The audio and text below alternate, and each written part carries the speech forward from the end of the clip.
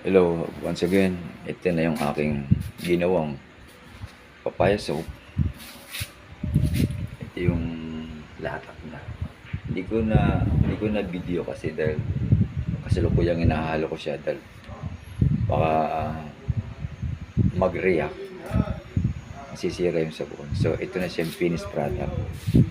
Ang nagawa, 1, 2, 3, 4, 5, 6, 7, 8, 9, 10, 11 pieces. Makapal siya.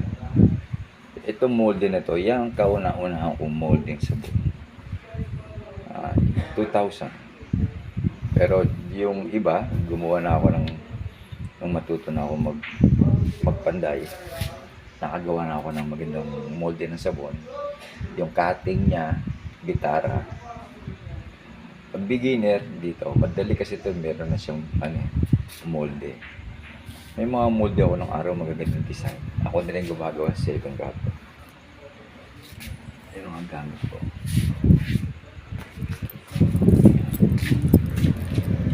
Yung additives, ilalagay nyo yan pag napansin nyo pag malapot na, ang parang gatas. Huwag yung malabnaw kasi pag nilagay nyo siya, yung mga additives, pag nilagay nyo sa ginagawa nyo sabon na medyo malabnaw, magre-react yung sira yun. So dapat malapot. 45 minutes minimum, pero depende sa klima. Pag malamig ang panahon, medyo malamig kasi panahon kaya wala pong 45 minutes. 40 minutes, napansin ko matigas na, nailagay ko na siya. So tatakpang to. Yan, tatakpang ko muna yan.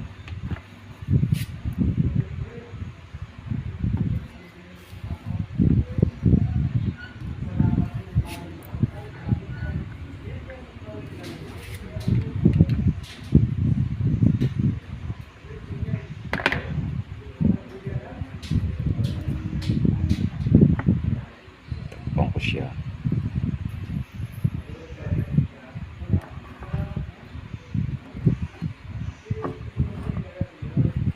Bibili na kami sa sabon ngayon. Quality pa. Ito matagal matunaw. Tapos mabula. Yung sabon kasi sa nabibiling sabon ng mga papaya soap sa labas, mabilis matunaw yon. Kasi pag madaling matunaw yon, pag matagal matunaw yung sabon nila, matagal ang perang darating sa kanila. Eto, matagal matunaw, mabula. Yan. Mo siya bukas. Ititrim ko siya bukas. Meron akong dating mga level nung ako nagdi-deliver ng sabon. Di-deliver ako sa gawa-gawa ng araw. Saka sa herbal store. Nag-stop ako since na isipan kong magtrabaho.